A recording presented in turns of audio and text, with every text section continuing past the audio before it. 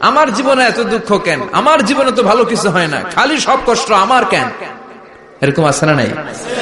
এরকম হতাশদের জন্য এই সূরাটা একটা আলোকবর্তিকা, মোটিভেশনাল সূরা। আলহামদুলিল্লাহ পড়েন। বিশ্বনবীকে আল্লাহ আশ্বস্ত করলেন, আর এই সূরাটা নাজিল করলেন, আর বললেন ওয়াদ-দুহা। ওয়াদ-দুহা, দুহা মানে আলো, দুহা মানে আলো, প্রভাতের সূর্য কিরণের শপথ। Look up, the sunlight, it's a very beautiful day out there. ও নবী, হতাশ হবেন না, বেরোন, সকালের সূর্যটা কত সুন্দর, কি ঝলঝলে পৃথিবী, ফকফকে আর তকতকে, দেখলেই মনটা ভরে যায়, ঠিক কি না?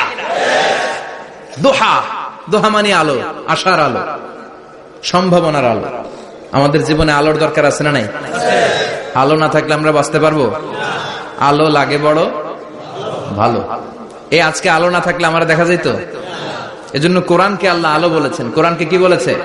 কিতাবুন আনজালনাহু ইলাইকা লিতুখরিজান নাসা মিনাল যুলুমাতি ইলান নূর। ও Muhammad, I've revealed this holy Quran unto you to lead the mankind out of darkness into the light. অন্ধকার থেকে লাইট, লাইট মানে কি?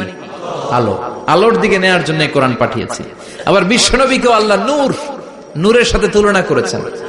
আবার বিশ্বনবী আল্লাহর কাছে নূর চাইতেন, বলতেন আল্লাহ আমার ডানে আলো দাও, আমার বায়ে আলো দাও, আমার সামনে আলো দাও, পিছনে আলো দাও, উপরে আলো দাও, নিচে আলো দাও, আমার দেহে আলো দাও, আমার মাংসপেশির ভিতরে আলো দাও, আমার হাড্ডির ভিতরে আলো দাও, আমার জন্য তুমি আলো দাও। পড়ে না আমিন? এজন্য আলো ছাড়া বেঁচে থাকা অসম্ভব। আল্লাহ তাআলা আলোর নামে সূরা দিলেন।